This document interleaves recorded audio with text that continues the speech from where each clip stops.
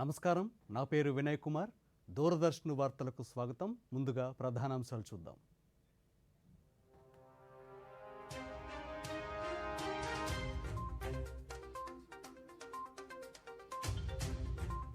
ఉత్తరప్రదేశ్లోని పలు నియోజకవర్గాల్లో ప్రధాని ఎన్నికల ప్రచారం. ఆర్టికల్ 370 రద్దుతో కశ్మీర్లో శాంతిని స్థాపించామన్న నరేంద్ర మోదీ.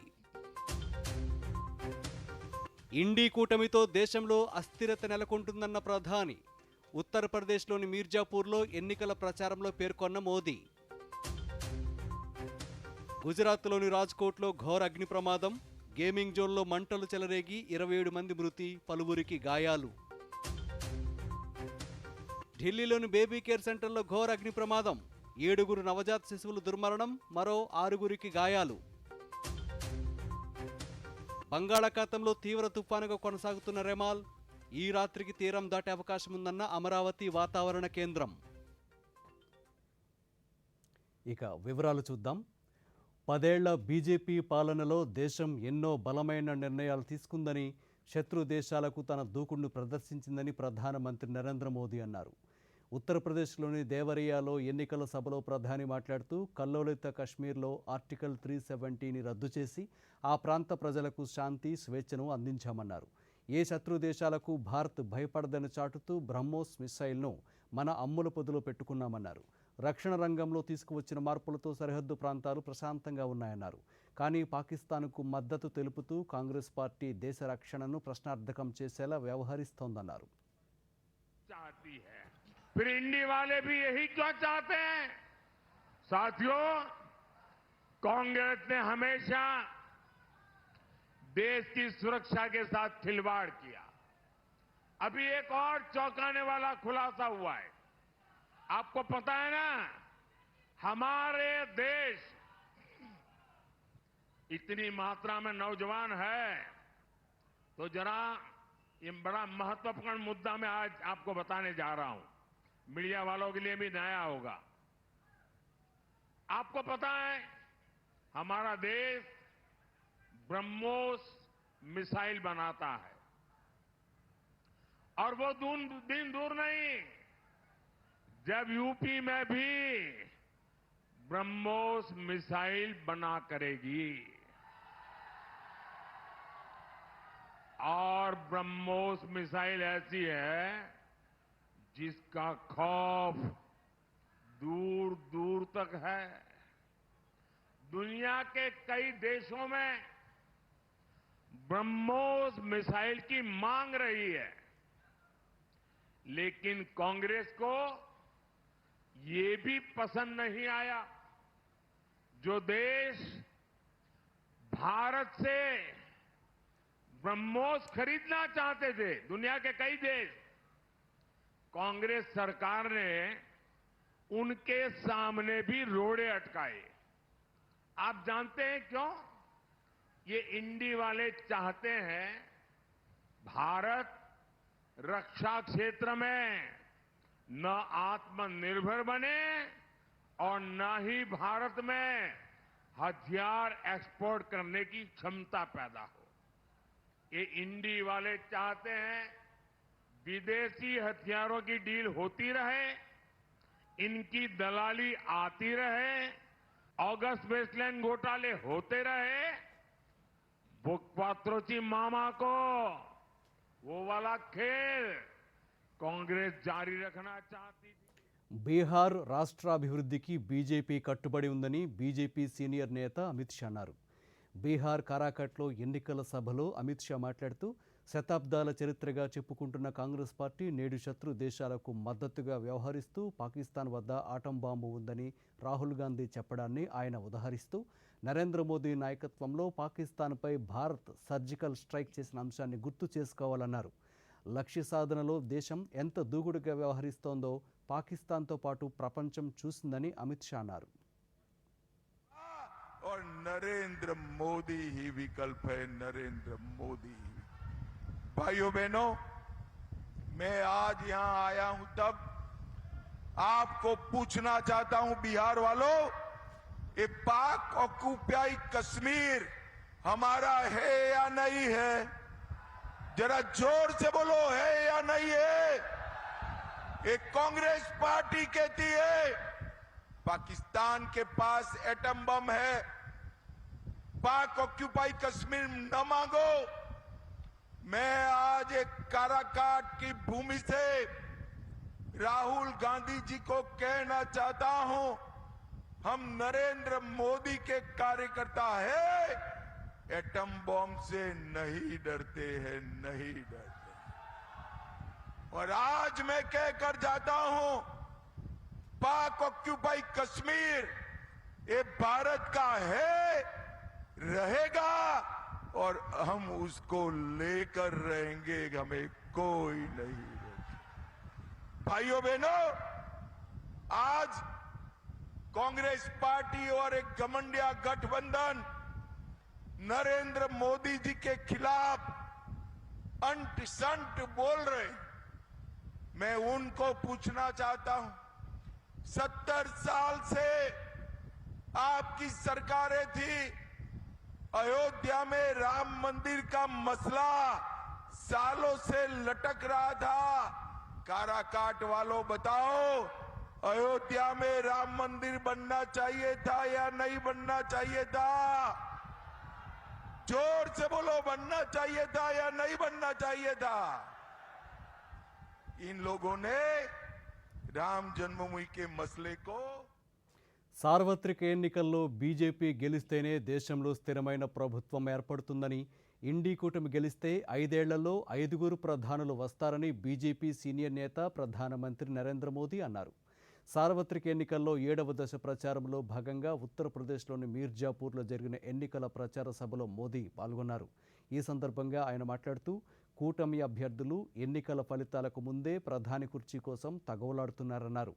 అస్థిరమైన కూటమి వల్ల దేశ భద్రత ప్రశ్నార్థకంగా మారే ప్రమాదం ఉందన్నారు. వికసిత భారత లక్ష్యం బీజేపీతోనే సాధ్యమని ప్రధాని పేర్కొన్నారు. घर बनेगा क्या? जो घर बनेगा वो रहने लायक बनेगा क्या? आंखों को अच्छा लगे ऐसा बनेगा क्या? वो घर किसी को दिखाने लायक बनेगा क्या? सामान्य मानवी को भी मालूम है, एक छोटा सा घर भी बनाना है तो बार बार मिस्त्री नहीं बदलते भाई। अब ये सपा कांग्रेस इंडी गठबंधन ये कह रहा है कि 5 साल में 5 प्रधानमंत्री। अब बताइए भाई, ये 5 साल में 5 प्रधानमंत्री कोई रखता है क्या? अरे कोई मिस्त्री नहीं रखता तो ये प्रधानमंत्री क्या?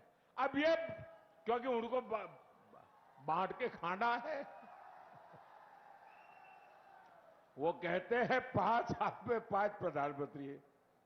अब बताइए, जहां प्रधानमंत्री अपनी कुर्सी बचाने में ही लगा रहेगा तो वो क्या देश को मजबूत बना सकता है क्या? इसलिए देश ने तय किया कि मजबूत देश के लिए प्रधानमंत्री भी मजबूत होना चाहिए। होना चाहिए कि नहीं होना चाहिए? तभी एनडीए को इतना भारी जनादेश मिल रहा है। समाजवादी पार्टी पर अपना वोट कोई बर्बाद नहीं करना चाहता। मुझे बताइए भैया, हम लोग,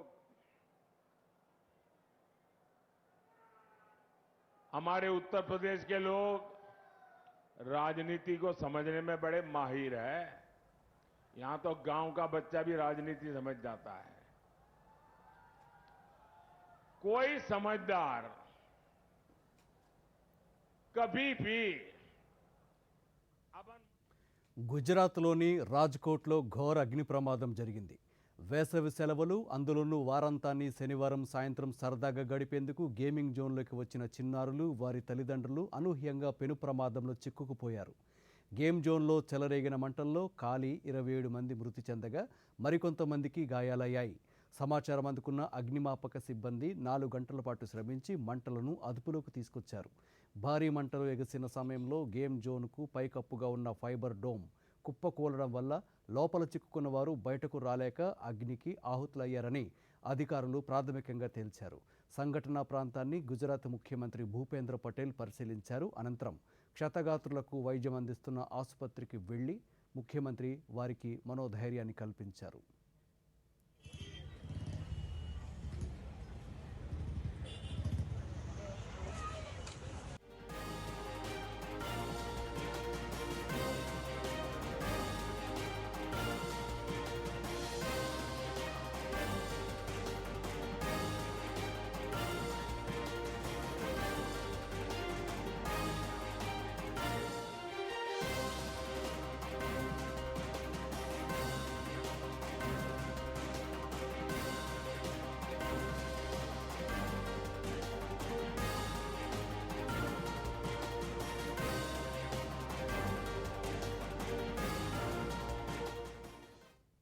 బంగాళాఖాతంలో ఏర్పడిన తీవ్ర వాయుగుండం రెమాల్ బంగ్లాదేశ్ సమీపంలో రేపు తీరం దాటే అవకాశం ఉందని విశాఖ తుఫాన్ హెచ్చరికల కేంద్రం డైరెక్టర్ సునంద తెలిపారు. దీని ప్రభావంతో ఒడిశా, పశ్చిమ బెంగాల్, బంగ్లాదేశ్లలో వర్షాలతో పాటు అతివేగంగా గాలులు వీస్తాయని తెలిపారు. వాయుగుండము రాత్రి తుఫానుగా బలపడింది. రెమల్ తుఫానుగా ఇది బలపడింది. ఈరోజు ఉదయం మరింత తీవ్రత పెరిగి తీవ్ర తుఫానుగా కొనసాగుతున్న పరిస్థితి ఉంది. ప్రస్తుతం ఇది 19.5 డిగ్రీ ఉత్తర అక్షాంశం దగ్గర ఇక్కడ కేంద్రీకృతం అయ్యింది. రానున్న గంటల్లో మరికాస్త ఉత్తర దిశగా కదులుతూ ఇది బంగ్లాదేశ్ పరిసర ప్రాంతంలో తీరం దాటే అవకాశం ఉంది. ప్రస్తుతం ఇది కెంపుపురాకి దక్షిణ నైరుతి దిశగాను, అలాగే సాగర్ ఐలాండ్స్కి నైరుతి దిశగా ఆగ్నేయంగా కేంద్రీకృతం అయ్యింది. రానున్న మరికొన్ని గంటల్లో ఇంకా తీవ్రత పెరుగుతూ ఇది బంగ్లాదేశ్ పరిసర ప్రాంతాల్లో తీరం దాటే అవకాశం ఉంది. దీని యొక్క ప్రభావం అనేది విండ్ స్పీడ్ అనేది ఇక్కడ ఎక్కువ ఉంటుంది. ఇవాళ సెంట్రల్ బేలో అయితే కనుక 80 to 90 గస్టింగ్ టు 100 kmph వరకు ఉంటున్నాయి. వేరే ఉత్తర బంగాళాఖాతంలో అయితే కనుక గంటకి 85 to 95 gusting to 105 kmph winds అనేవి ప్రివైల్ అవుతున్నాయి. దీని యొక్క ప్రభావం అంతా కూడాను ఇటు ఒడిశా, వెస్ట్ బెంగాల్, బంగ్లాదేశ్ అలాగే నార్త్ ఈస్ట్ స్టేట్స్ మీద ఉండనుంది. ఈ రోజు అయితే చూసుకున్నట్లయితే ఒడిశా, వెస్ట్ బెంగాల్, బంగ్లాదేశ్ ఈ పరిసర ప్రాంతాలన్నింటిలోనూ కూడాను తేలిక నుంచి మోస్తరు వర్షాలు చాలా ప్రాంతాల్లో ఉంటూ భారీ నుంచి అతి భారీ. గుజరాత్లోని రాజ్కోట్లో జరిగిన అగ్ని ప్రమాదంలో అధిక సంఖ్యలో చిన్నారులు, వారి తల్లిదండ్రులు ప్రాణాలు కోల్పోవడం పట్ల రాష్ట్రపతి ద్రౌపది ముర్ము, ప్రధానమంత్రి నరేంద్ర మోదీ, కేంద్ర హోంశాఖ మంత్రి అమిత్ షా తదితరులు సంతాపం తెలిపారు. అగ్ని ప్రమాదంలో చిన్నారులతో సహా వారి ప్రియమైన వారిని కోల్పోయిన వారు ధైర్యంగా ఉండాలని ఆకాంక్షించిన ద్రౌపది ముర్ము, గాయపడిన వారు త్వరితగతిన కోలుకోవాలని భగవంతుడిని ప్రార్థిస్తున్నట్లు తెలిపారు. ఈ ప్రమాదంలో చిన్నారులు సహా పలువురు ప్రాణాలను కోల్పోవడం తనను కలిచివేసిందన్న ప్రధాని గుజరాత్ ముఖ్యమంత్రితో మాట్లాడి సహాయక చర్యలు వేగవంతం చేయాలని సూచించినట్లు చెప్పారు. క్షతగాత్రులు త్వరగా కోలుకోవాలని ఆకాంక్షించారు.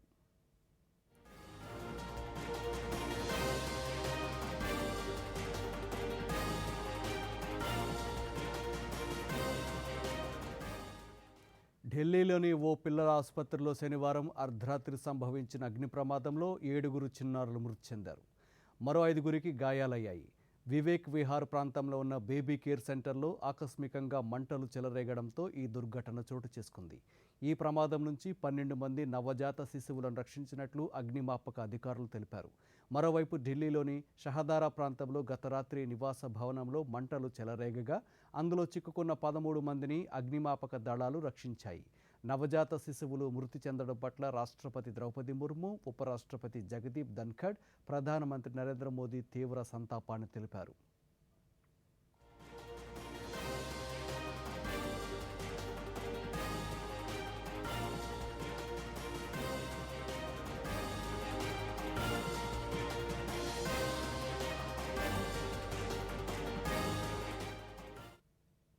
ఇప్పుడు ఒక స్వల్ప విరామం. Come on boys let's go practice. అరే ఉండు గురు, నా బ్యాంక్ అకౌంట్ లో తప్పేంటి ప్రాబ్లం ఎదురైంది. అయితే బ్యాంక్ కంప్లైంట్ చేయి. బ్యాంక్ రాసి ఒక నెల అయిపోయింది, బట్ వాళ్ళు గూగుల్ మీద గూగుల్ వేస్తున్నారు. అయితే ఆర్బీఐ బ్యాంకింగ్ న్యాయాధికారికి ఇన్ఫార్మ్ చేయి. ఉండు నేను చెప్తాను. క్రికెట్ లో థర్డ్ ఎంపైర్ ఉన్నట్టే ఆర్బీఐకి బ్యాంకింగ్ ఒంబడ్స్మన్ ఉంటారు. ఆర్బీఐ అంటుంది బ్యాంక్ మీ కంప్లైంట్ ని ఒక నెలలోగా తీర్చకపోతే మీరు ఆర్బీఐ వారి కంప్లైంట్ మేనేజ్మెంట్ సిస్టమ్ పై ఆన్లైన్ కంప్లైంట్ చేయొచ్చు. ఇది మీ కంప్లైంట్స్ తీర్చడానికి ఆర్బీఐ వారి సులువైన పద్ధతి, అది కూడా ఫ్రీ. ఆర్బీఐ అంటుంది విషయాలు తెలుసుకోండి, జాగరూకంగా ఉండండి. Welcome back. ఉత్తరప్రదేశ్లోని షాజహాన్పూర్లో ఘోర ప్రమాదం చోటు చేసుకుంది. ప్రయాణికులతో కూడిన ఓ బస్సు ధాబా వద్ద భోజనం కోసం ఆగిన సమయంలో మరొక ట్రక్ వచ్చి బస్సును వేగంగా ఢీకొట్టడంతో ఈ ప్రమాదం జరిగినట్లు షాజహాన్పూర్ ఎస్పీ అశోక్ కుమార్ తెలిపారు. ఘటనలో బస్సులో ఉన్న వారిలో 11 మంది మృతి చెందగా మరో 20 మందికి గాయాలయ్యాయన్నారు. సమాచారం అందుకున్న పోలీసులు సంఘటనా స్థలానికి చేరుకుని క్షతగాత్రులను చికిత్స కోసం ఆసుపత్రికి తరలించారని వివరించారు.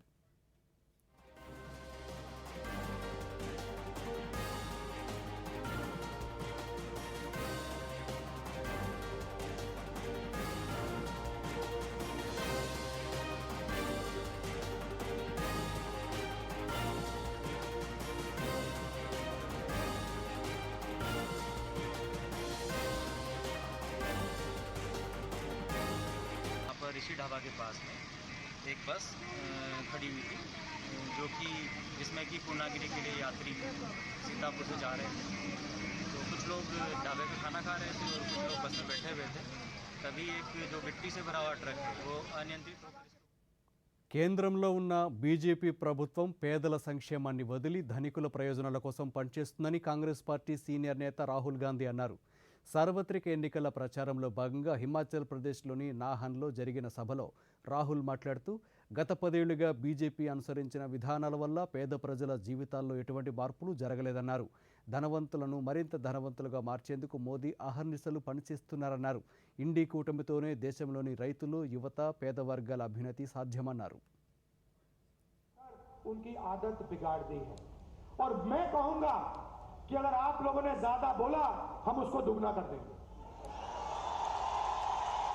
मुझे कोई फर्क नहीं पड़ता, आपकी क्रेडिबिलिटी गई, खत्म हो गई है. कोई आपकी बात सुनता ही नहीं है क्योंकि आप उनके हो. आप हमारे हो ही नहीं, आप जनता के हो ही नहीं, आप किसानों के, मजदूरों के, छोटे व्यापारियों के हो ही नहीं. नोटबंदी की नरेंद्र मोदी जी ने, हिंदुस्तान के सारे छोटे व्यापारियों को खत्म कर दिया. जीएसटी, गलत जीएसटी लागू की, प्रेस वालों ने एक शब्द नहीं बोला, बिल्कुल चुप बैठे रहे. तो इसीलिए हर महीने खटाखट अंदर जाएगा और उस दिन तक जाएगा जिस दिन तक ये परिवार गरीबी रेखा से नीचे होंगे. जब परिवार गरीबी रेखा से ऊपर आ जाएगा तो उसके खाते में ये पैसा नहीं आएगा, मगर उस दिन तक सब गरीबों को हिंदुस्तान की सरकार 1 लाख रुपए साल का देगी. यहां पे किसानों को प्राइस फिक्सिंग का मुकाबला करना पड़ता है. जैसे मैंने कहा, अदानी जी आते हैं, किसानों को सेब बेचना होता है, प्राइस गिर जाती है और उसके एकदम बाद మధ్య ఈశాన్య బంగాళాఖాతంలో ఏర్పడిన తుఫాను తీవ్ర తుఫానుగా మారింది. దీనికి రేమల్గా అధికారులు నామకరణ చేశారు. ఈ రేమల్ ప్రస్తుతం బంగ్లాదేశ్లోని ఖేపుపారాకు దక్షిణ నైరుతి దిశలో 290 కిలోమీటర్లు, పశ్చిమ బెంగాల్లోని కానింగ్కు 310 కిలోమీటర్ల దూరంలో కేంద్రీకృతమై గంటకు 6 కిలోమీటర్ల వేగంతో కదులుతోంది. ఆదివారం అర్ధరాత్రికి ఈ 2 ప్రాంతాల మధ్య తీరం దాటే అవకాశం ఉందని అమరావతి వాతావరణ కేంద్రం ప్రకటించింది. దీని ప్రభావంతో రాష్ట్రంలోని కోస్తాంధ్రలో చాలా ప్రాంతాలలో ఈరోజు, రేపు ఉరుములు మెరుపులతో కూడిన తేలికపాటి జల్లులు కురిసే అవకాశం ఉందని తెలిపింది. ఎల్లుండి వాతావరణం పొడిగా మారే అవకాశం ఉన్నట్లు తెలిపింది. కాగా ఈ 2 రోజులు మత్స్యకారులు సముద్రంలోకి వేటకు వెళ్లరాదని వాతావరణ శాఖ హెచ్చరికలు జారీ చేసింది.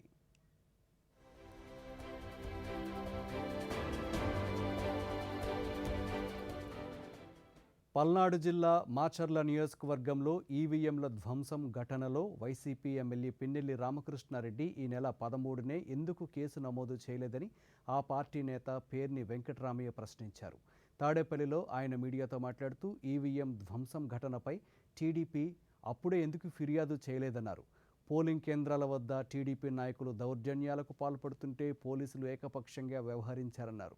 కేవలం వైసీపీ నేతలు, కార్యకర్తలపైనే కేసులు నమోదు చేశారని ఆయన ఆరోపించారు.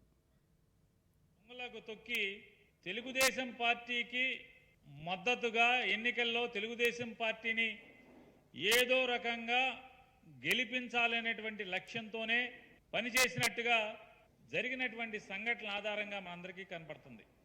13వ తారీఖున పాల్వాయి గేటు అనేటువంటి పోలింగ్ స్టేషన్ దగ్గరలో ఆ ఊర్లో తెలుగుదేశం డామినేషన్ ఎక్కువ. దానికోసం అని చెప్పని ఎమ్మెల్యే ముందే పిన్నెల్లి రామకృష్ణారెడ్డి పలు దఫాలుగా అందరికీ కూడా పిటిషన్లు సమర్పించిన అయ్యా మాచర్లలో మరీ ప్రత్యేకించి ఏ ప్రాంతాల్లో, దాంట్లో పాల్వాయి గేటు తదితర ప్రాంతాల్లో, కారంపూడి మండలంలో అలాగే రెంటచింతల మండలంలో ఎంత భయానక వాతావరణం జరగబోతోంది అని ప్రెడిక్ట్ చేస్తూ కూడా ఆయన పోలీసులకు పిటిషన్లు ఇవ్వడం జరిగింది. అయినప్పుడు విద్యార్థులకు విద్య, ఉపాధితో ఉజ్వల భవిష్యత్ అందించేందుకు డాక్టర్ బిఆర్ అంబేద్కర్ విశ్వవిద్యాలయం విశేషమైన కృషి చేస్తుందని విద్యాలయ ఉపకులపతి ఆచార్య కెఆర్ రజని అన్నారు. శ్రీకాకుళంలో ఆమె మాట్లాడుతూ నూతనంగా విద్యాలయంలో పరిశోధనలను ప్రవేశపెట్టామన్నారు. పీజీ సిలబస్లో మార్పులు తీసుకొచ్చామన్నారు. విద్యార్థుల ఉపాధి కల్పనకు స్కిల్ డెవలప్మెంట్ సహకారం తీసుకుంటున్నామన్నారు. రీసెర్చ్ ఇక్కడ ఇది 16 సంవత్సరాల యూనివర్సిటీ అవడం వల్ల పరిశోధనా రంగం ఇంకా సరిగా ప్రజ్వరింపలేదు. అందుచేత పరిశోధన మీద నేను ఎక్కువ ఫోకస్ పెట్టాను.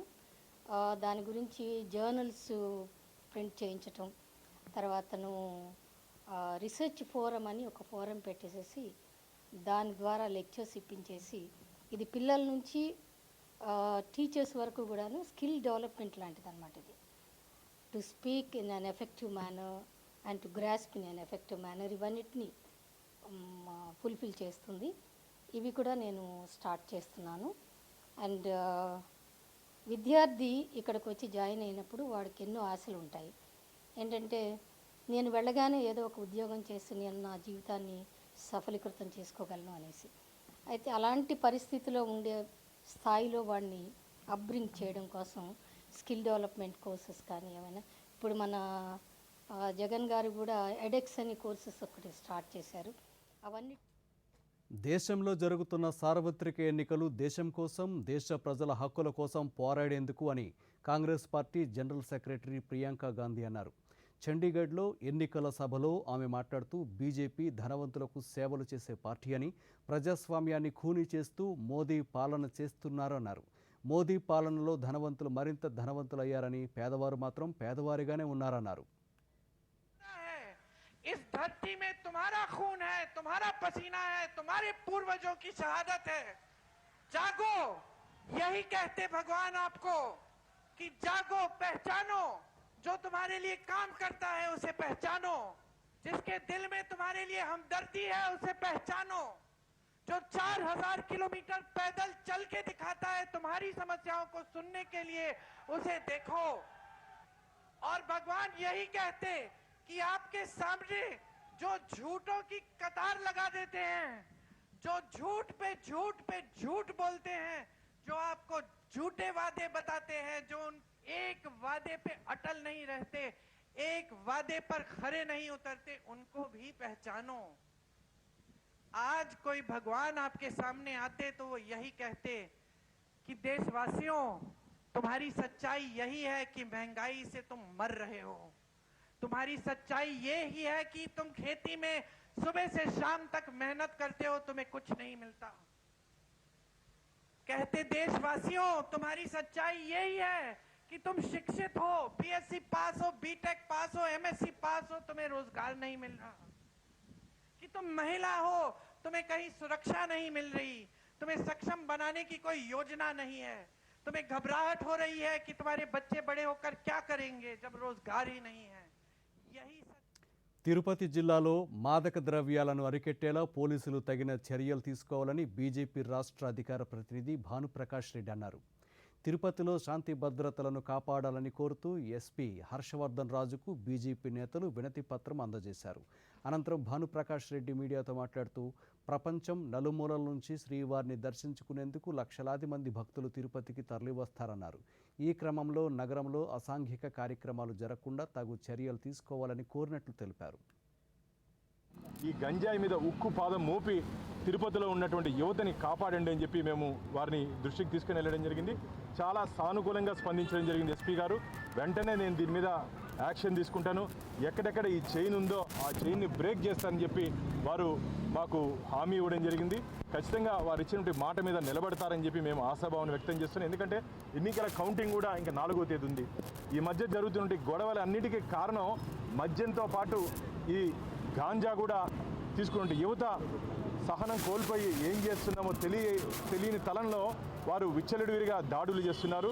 అంతేకాకుండా ముఖ్యంగా అమ్మాయిలకు కూడా ఈ గాంజాని.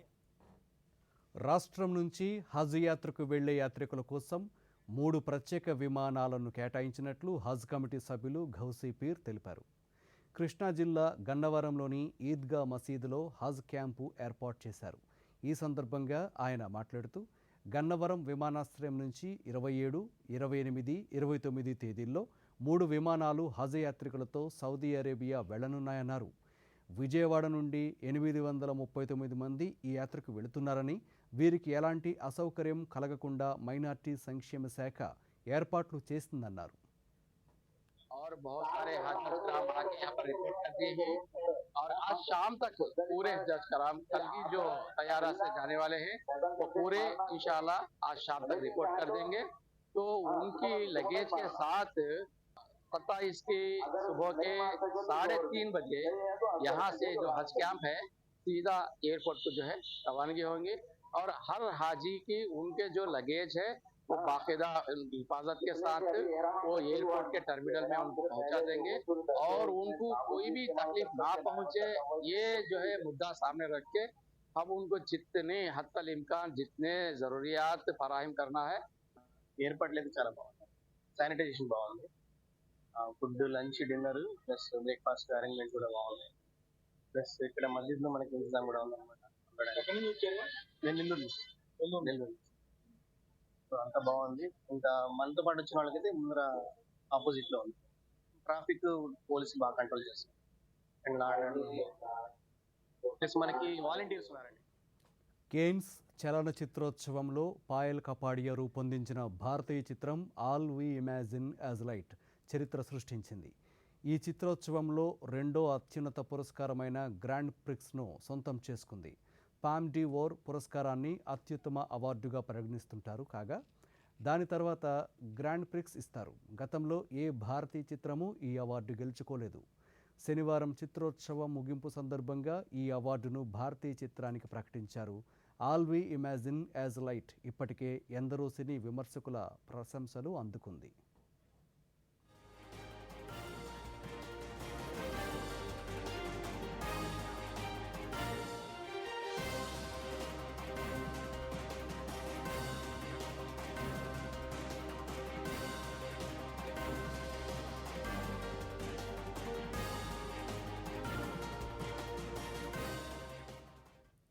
వార్తలు ముగించే ముందు ముఖ్యాంశాలు మరొకసారి చూద్దాం.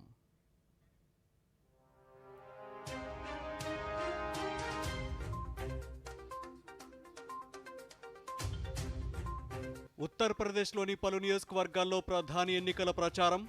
ఆర్టికల్ 370 రద్దుతో కశ్మీర్లో శాంతిని స్థాపించామన్న నరేంద్ర మోదీ. ఇండీ కూటమితో దేశంలో అస్థిరత నెలకొంటుందన్న ప్రధాని. ఉత్తరప్రదేశ్లోని మీర్జాపూర్లో ఎన్నికల ప్రచారంలో పేర్కొన్న మోదీ. గుజరాత్లోని రాజ్కోట్లో ఘోర అగ్ని ప్రమాదం.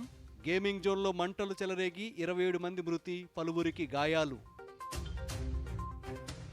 ఢిల్లీలోని బేబీ కేర్ సెంటర్లో ఘోర అగ్ని ప్రమాదం. 7 నవజాత శిశువులు దుర్మరణం, మరో 6 గాయాలు. బంగాళాఖాతంలో తీవ్ర తుఫానుగా కొనసాగుతున్న రెమాల్. ఈ రాత్రికి తీరం దాటే అవకాశం ఉందన్న అమరావతి వాతావరణ కేంద్రం. ఈ వార్తలు ఇంతటితో సమాప్తం. నమస్కారం.